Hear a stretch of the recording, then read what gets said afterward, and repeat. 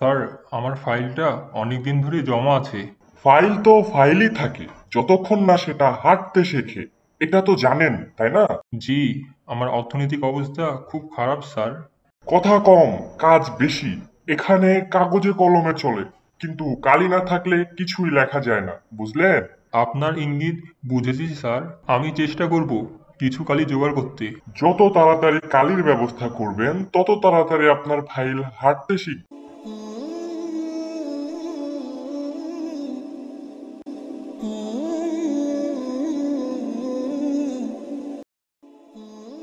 আবার এত টাকা? তুমি বলেছিলে মাসের শেষে সামান্য ইনসেনটিভ পাবে। এগুলো অফিসের বিশেষ তদবির ফান্ড। কাগজ নাড়তে গেলে কিছু পাওয়া যায়। দোষ করিনি, ব্যবস্থা করেছি শুধু। এটা তো কয়েক গুণ বেশি। তুমি তো আগে এমন ছিলে না।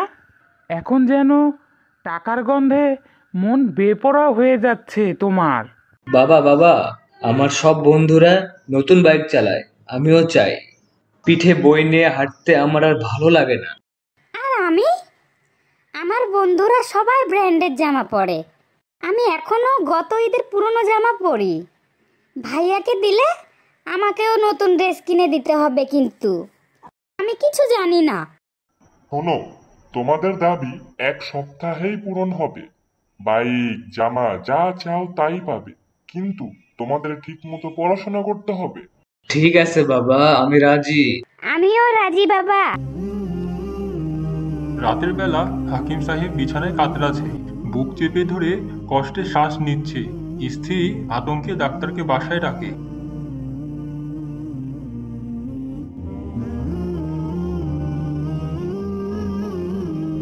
আপনার স্বামী হার্ট অ্যাটাকের পথে। বয়সের তুলনায় তার দেহের চাপ অনেক বেশি। রক্তের চাপ অস্বাভাবিক। কয়েকদিন বিশ্রাম না নিলে বিপদ হবে। কিন্তু ওর তো শুধু কাজ আর কাজ, কখনো বিশ্রাম নেয় না। সবাই টাকা ইনকাম করে, কিন্তু কতজন তা শান্তিতে ভোগ করে, আবার কতজন অশান্তিতে থাকে।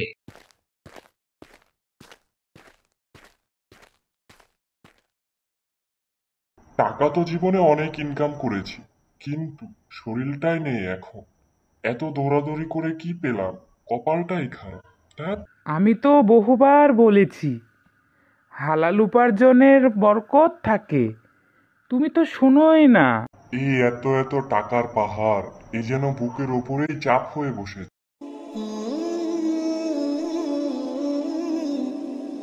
মেয়েটা দিন দিন বেয়াদব হয়ে যাচ্ছে। ছোটদের সঙ্গে তর্ক করে, বড়দের কথাই শুনে না। আমি সবকিছুই দিচ্ছি, দামি ফোন, নতুন জামা, প্রাইভেট টিউটর। আর কি চাই ওদের? তারপরেও কথা শোনে না। দামি জিনিসে যদি চরিত্র গড়ে উঠতো, তাহলে তো রাজপ্রাসাদে ফেরেশতা জন্মাতো। তুমি তো আমাদের সময়ই দাও না, শুধু টাকা দাও আর চিৎকার করো।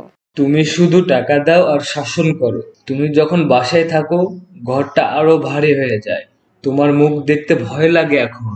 তোমরা কেউ আমার কথা শোনো না, আর আমি দিনরাত খেটে মরছি তোমাদের জন্য।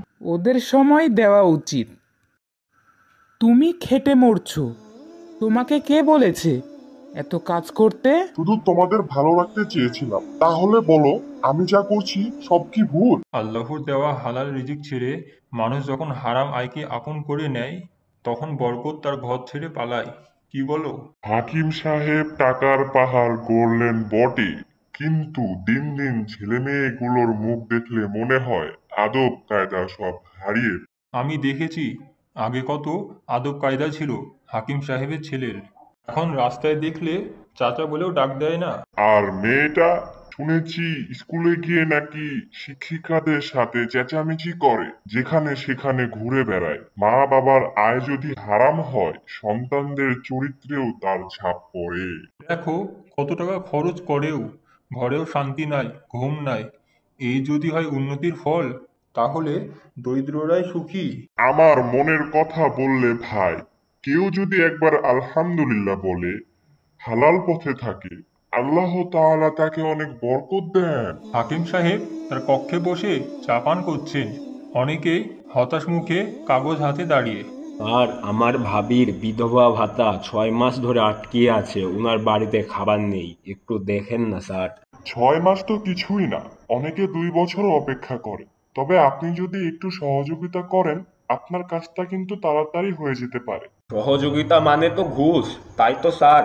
আপনি যেমন ভালো বুঝবেন। স্যার, আপনি কি মানুষের দুঃখ দেখে আরো কষ্টে ফেলেন? এসব আবেগ দিয়ে অফিস চলে না, বাইরে গিয়ে বসুন। আমার নামাজের সময় হয়ে গেছে, যান যান, বাইরে যান। কিন্তু আপনি তো নামাজি মানুষ, 5 ওয়াক্ত নামাজ পড়েন শুনেছি। দেখো ভাই, নামাজ আলাদা বিষয়, এটা আমার পেশা, জীবন চালাতে হয়, বুঝলে? আপনার নামাজ কি আপনাকে আল্লাহর ভয় শিখায়নি? চুপ, বেশি কথা বলবে না, তোমার ফাইল ফেলে রাখবো। যাও যাও, বাইরে যাও, তাড়াতাড়ি যাও, দূর হও এখান থেকে। আপনার মতো লোকেদের জন্যই তো মানুষ হালাল পথে থেকেও না খেয়ে মরে। আল্লাহ সব দেখছেন স্যার।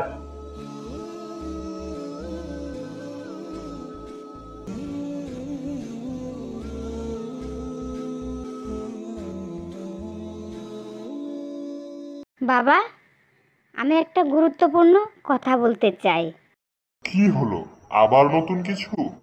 আমি বিয়ে করব, যাকে আমি ভালোবাসি। কি বললি? কি বললি তুই? ভালোবাসিস? কাকে? কে সেই ছেলে? নাম বল। তার নাম রুবেল। সে একজন সাধারণ ছেলে, খুব সৎ ভদ্র, আমায় সম্মান করে, বুঝতে চেষ্টা করে। রুবেল? রুবেল সে তো একটা রাস্তার ছেলে, একটা চাকরি নেই, ভালো পরিবার নেই, নাম নেই, টাকাও নেই, ওর সাথে তুই বিয়ে করবি? বাবা, আমি নাম বা টাকা খুঁজি না, আমি ভালোবাসা চাই, শান্তি চাই। যে মানুষটা আমাকে বুঝবে, পাশে থাকবে, সেই মানুষটাই আমার প্রয়োজন। তোর এই বয়সে তুই কি বুঝিস ভালোবাসা? হ্যাঁ, আমি তোদের মানুষ করেছি কত কষ্ট করে, ভালো স্কুল, ভালো পোশাক সব দিয়েছি, তবুও এত বড় অবাধ্যতা? তুমি সন্তানদের সব দিয়েছো, হ্যাঁ, টাকা, সুযোগ, সুবিধা, কিন্তু তুমি কি ওদের মনটা কখনো বোঝার চেষ্টা করেছো? তুমি ওদের শিখিয়েছো কিভাবে মানুষ হতে হয়। কি বলতে চাচ্ছ তুমি?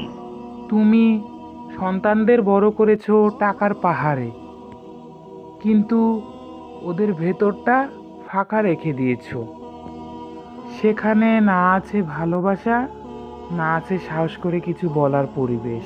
বাবা, আমি শুধু চাই তুমি একবার রুবেলের সঙ্গে কথা বলো, তার অন্তরটা দেখো। টাকা না থাকলেও ওর মনটা যদি সোনার হয়।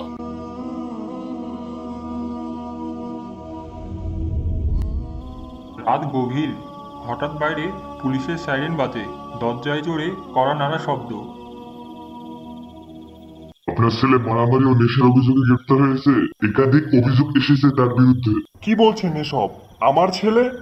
এটা অসম্ভব। প্রমাণ সহ ধরা হয়েছে, স্থানীয় দোকানে সিসিটিভি ফুটেজে দেখা গেছে সে মারামারিতে জড়িত ছিল, নেশার জিনিসও পাওয়া গেছে তার ব্যাগে। আমি কি আদৌ আমার দায়িত্ব ঠিকভাবে পালন করেছিলাম?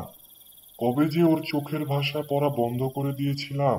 আব্বা, আমি ভুল করেছি, আপনার কথা শুনলেই হতো। তুমি আমার স্বপ্ন ছিলে, এখন শুধুই দুঃস্বপ্ন হয়ে উঠে। যে সন্তানকে সময় না দেওয়া হয়, ভালোবাসা না দেখানো হয়, শাসনের নামে দূরে সরিয়ে রাখা হয়, সে কখন যেন পথভ্রষ্ট হয়ে যায়, তখন কাঁদলেও আর কিছুই ঠিক হয় না। গল্পটি যদি আপনাদের ভালো লেগে থাকে তাহলে শেয়ার করতে ভুলবেন না। সবাই ভালো থাকবেন। আল্লাহ হাফেজ।